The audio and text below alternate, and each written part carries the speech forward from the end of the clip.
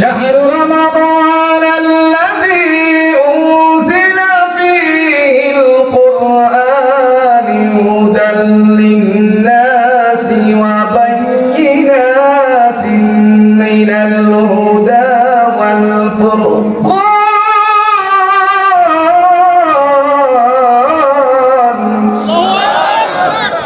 মহান আল্লাহ রাব্বুল আলামিন নবী রমজান মাসে কোরআন অবতীর্ণ করেছি হুদাল লিন্নাস, মানুষের কল্যাণের জন্য। প্রশ্ন হলো রমজান মাসে কেন আল্লাহ কোরআন নাযিল করলেন, অন্য মাস কেন সিলেক্ট করলেন না? নিঃসন্দেহে আপনারা জানেন রমজান মাসে আল্লাহ পাক রব্বুল আলামিন বিতাড়িত ইবলিসকে ঠিকানাবদ্ধ করে। আসসালামু আলাইকুম ওয়া রাহমাতুল্লাহি ওয়া বারাকাতুহু। সবাই ভালো আছেন?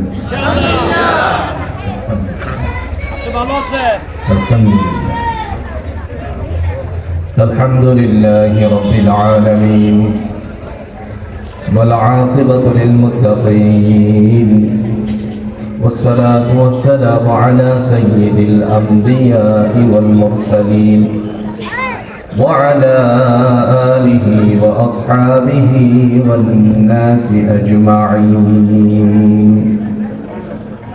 أما بعد فأعوذ بالله من الشيطان الرجيم. بسم الله الرحمن الرحيم.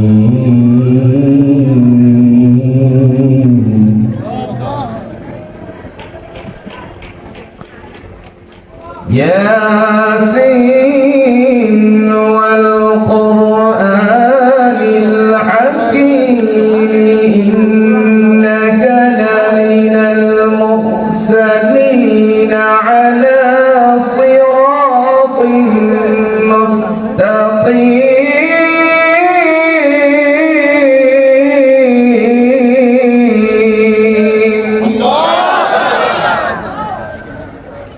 قال رسول الله صلى الله عليه وسلم يقال لصاحب القرآن يقرأ وارتق ورتل كما كنت ترتل في الدنيا فإن منزلك عند آخر آية تقرأها. اللهم صل على محمد وعلى آل محمد كما صليت على إبراهيم وعلى آل إبراهيم إنك حميد مجيد. اللهم بارك على محمد وعلى آل محمد كما باركت على إبراهيم وعلى آل إبراهيم إنك حميد مجيد.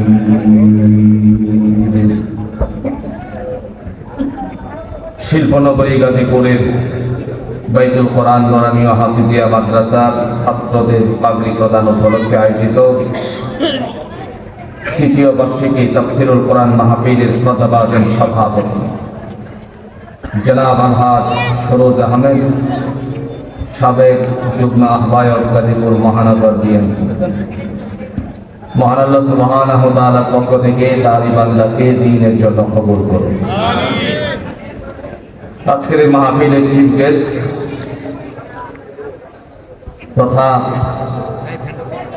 জনতার কল্যাণের নিবেদিত প্রাণ প্রিয় ভাই জনাব আলহাজ মোহাম্মদ আলাউদ্দিন চৌধুরী, প্রতিষ্ঠাতা আলাউদ্দিন চৌধুরী ইসলামী কমপ্লেক্স, সাবেক সহ সভাপতি গাজীপুর মহানগর বিএনপি ও প্রতিষ্ঠাতা Kaziuddin Chowdhury school and college এবং স্বর্ণপদকপ্রাপ্ত সাবেক চেয়ারম্যান বাসন ইউনিয়ন পরিষদ। আল্লাহ পাক রব্বুল আলামিনের পক্ষ থেকে তারই বান্দাকে কোরআনের জন্য কবুল করুন। আর একটু আস্তে করে আমিন। আর তো সমস্যা নেই, জুড়ে বলতে সমস্যা আছে ভাই। আজকের এই মাহফিলের উদ্বোধক আমার অত্যন্ত হৃদয়ের মানুষ, আপনাদের এই 16 নং ওয়ার্ডের মাটি ও মানুষের নেতা, যাকে স্বতঃস্ফূর্তভাবে বারবার আপনারা নির্বাচিত করেছেন, জনাব আলহাজ মুসলিউদ্দিন চৌধুরী মুসা, প্রতিষ্ঠাতা সাধারণ সম্পাদক বাসন মেট্রো থানা বিএনপি ও সাবেক কাউন্সিলর 16 নং ওয়ার্ড গাজীপুর সিটি কর্পোরেশন। আল্লাহ পাক রব্বুল আলামিনের পক্ষ থেকে তারই বান্দাকে দ্বীনের জন্য, ইসলামের জন্য, কোরআনের জন্য কবুল করুন। আজকের এই তাফসীরুল কোরআন মাহফিলের বিশেষ অতিথি জনাব আলহাজ তানভীর সিরাজ, সভাপতি বাসন মেট্রো থানা বিএনপি গাজীপুর মহানগর, এবং জনাব মনিরুল ইসলাম, সাধারণ সম্পাদক বাসন মেট্রো থানা বিএনপি গাজীপুর মহানগর। আল্লাহ সুবহানাহু ওয়া তাআলার পক্ষ থেকে তারই বান্দাদেরকে দ্বীনের জন্য কবুল করুন। সার্বিক সহযোগিতায় জনাব মোহাম্মদ মঞ্জুর হোসেন চৌধুরী, সভাপতি পত্র মাদ্রাসা, সদস্য চান্দনা চৌরাস্তা কেন্দ্রীয় জামে মসজিদ ও সভাপতি তালতলা সোসাইটি।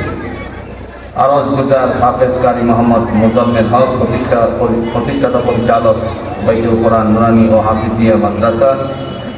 আজকের এই মাহফিলকে অত্যন্ত চমৎকারভাবে উপস্থাপনায় গাজীপুর এই মহানগরের মাটির মানুষের সাথে যার ভালোবাসা মিশে আছে, আমাদের অত্যন্ত হৃদয়ের মানুষ যারা খোকন বিশ্বাস, আল্লাহ পাক তার এই বান্দাকে কোরআনের জন্য কবুল করুন। মুআজ্জাজ মুকাররম উলামায়ে কেরাম, কৃতিতুল্লাহ মুরব্বিয়ানে আযম, সমবয়স্ক যুবক ভাইরা, পর্দার অন্তরালের অবলাশ করালা মা ও বোনেরা, আল্লাহ সুবহানাহু ওয়া তাআলা দরবারে অগণিত শুকর যে আল্লাহ তাআলা আমাদেরকে আজকের এই মাহফিলে উপস্থিত করেছেন, সেজন্য আমরা খুশি না বেজার? আজ আমরা দেখতে পাচ্ছি বাংলাদেশ জাতীয়তাবাদী দল বিএনপি অঙ্গ সংগঠনের সকল নেতৃবৃন্দদেরকে দীর্ঘ 17টি বছর আরামের বিছানার সাথে পিঠটা লাগিয়ে ঠিক মতো ঘুমাতে পারি। কথা কন না কেন? ফ্যাসিস্টদের অত্যাচারের কারণে, দোসরদের কারণে জাতির মানুষের মাঝে এই ভালোবাসাগুলো ছড়িয়ে ছিটিয়েও দিতে পারে। আজ তারা এই ইসলামী তাফসীরুল কোরআন মাহফিলে উপস্থিত। আল্লাহ তাদেরকে কোরআনের জন্য কবুল করুন। এই মাহফিলে আসতে পেরে আপনারা খুশি না বেজার? এই খুশির আওয়াজটুকু আমরা আল্লাহর কাছে কৃতজ্ঞতা আদায় করার জন্য শুকরিয়া আদায় করে নিচ্ছি, আলহামদুলিল্লাহ। সম্মানিত উপস্থিতি, আমি আপনাদের মাঝে মহাগ্রন্থ আল কোরআনুল হাকিম থেকে সূরাতুল ইয়াসিনের 4 খানা আয়াতে কারিমা তেলাওয়াত করেছি। তদনুযায়ী রাসূলুল্লাহ সাল্লাল্লাহু আলাইহি ওয়াসাল্লামের অগণিত হাদিসের টুকরাগুলো থেকে আসাহুল কুতুব বা'দা কিতাবিল্লাহ, আল্লাহর কোরআনের পরে নির্ভরযোগ্য যে পুস্তকটি আছে, কিতাব আছে, সহিহুল বুখারী, কিতাবুল্লাহ থেকে তাফসীরের নিংরানুল হাদিসের মধ্য থেকে একটা হাদিসের টুকরা উপস্থাপন করেছি। আল্লাহ চাহে তো এর থেকে কিছু কথা বলে বিদায় নিতে চাই, তিনি যেন তাওফিক দান করেন। আগে আসুন আয়াতের সরল অর্থগুলো বুঝি।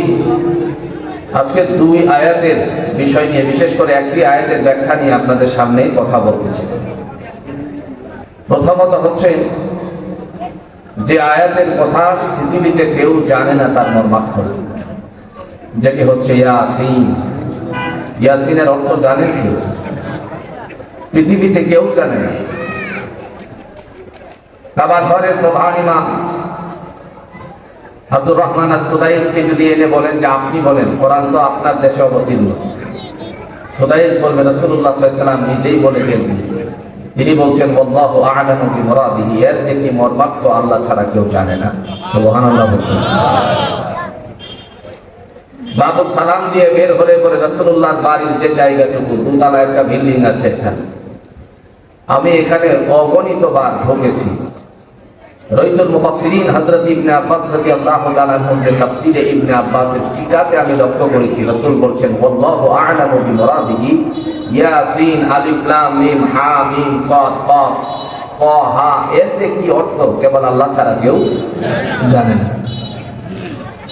দ্বিতীয় নম্বরে আল্লাহ বলেন ওয়াল কুরআনিল হাকীম, কোরআনুল হাকীমের মাধ্যমে আল্লাহ বলেন প্রজ্ঞাময় কোরআনের শপথ। বিজ্ঞানময় কোরআনের শপথ, সেই কোরআনের শপথ আল্লাহ পাক রব্বুল আলামিন গ্রহণ করেছেন। আর যদি আমরা কোরআনকে প্রশ্ন করি, ও কোরআন বলো, তোমারে কেন পৃথিবীতে আল্লাহ পাক রব্বুল আলামিন পাঠিয়েছেন? কোরআন জবাবে বলবে, আমি আল্লাহর পক্ষ থেকে রহমত স্বরূপ এসেছি। সুবহানাল্লাহ।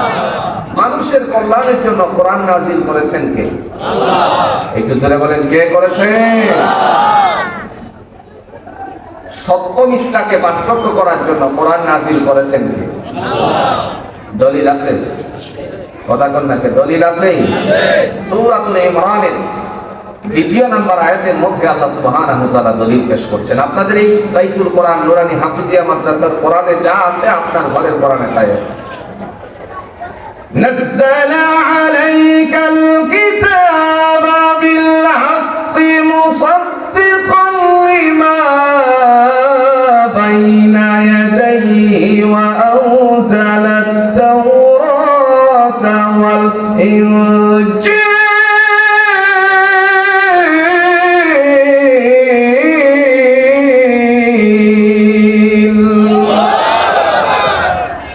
আল্লাহ বলেন, নাযালা আলাইকাল কিতাবা বিল হক, আমি এই কোরআনকে সত্যরূপে অবতীর্ণ করেছি। পৃথিবীর যত গ্রন্থ আছে সকল গ্রন্থ সমূহের মধ্যে তাওরাত এবং ইনজিলের সত্যায়নকারী হিসেবে কোরআন রে জুড়ে বলুন নাযিল করেছেন কে? এরপরে আল্লাহ বলেন, মানুষের কল্যাণের জন্য কোরআন। সাক্ষী দেন, মানুষের মধ্যে ইহুদি আছে কিনা? কথা কন।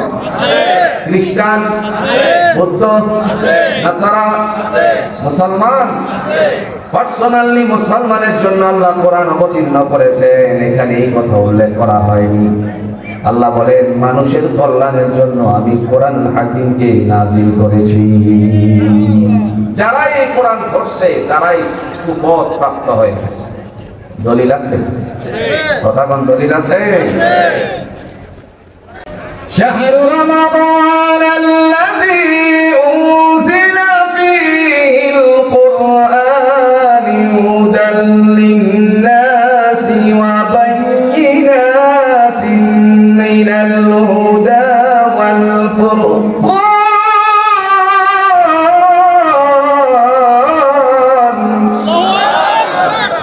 মহান আল্লাহ রাব্বুল আলামিন আমি রমজান মাসে কোরআন অবতীর্ণ করেছি হুদাল লিন্নাস, মানুষের কল্যাণের জন্য। প্রশ্ন হলো, রমজান মাসে কেন আল্লাহ কোরআন নাযিল করলেন? অন্য মাস কেন সিলেক্ট করলেন না? নিঃসন্দেহে আপনারা জানেন, রমজান মাসে আল্লাহ পাক রব্বুল আলামিন বিতাড়িত ইবলিসকে শৃঙ্খলাবদ্ধ করেন। ঠিক কিনা বলেন? শয়তানকে শিকল দিয়ে আটকে ফেলেন কে? আল্লাহ। একটু জোরে বলেন, কে? আল্লাহ। প্রথম কাজ হচ্ছে আল্লাহ শয়তানকে বন্ধ করেন। যে দুষ্ট আদম আলাইহিস সালামকে সিজদা করেন না, দলিল আছে? কথা কোন না, দলিল আছে? সূরাতুল সাফে আল্লাহ বলছেন, ক্বালা ইয়া ইবলিস মা মানাআকা আও তাসজুদা লিমা খালাকতু বিয়াদাইয়া আস্তাকবারতা আম কুনতা মিনাল আলিন।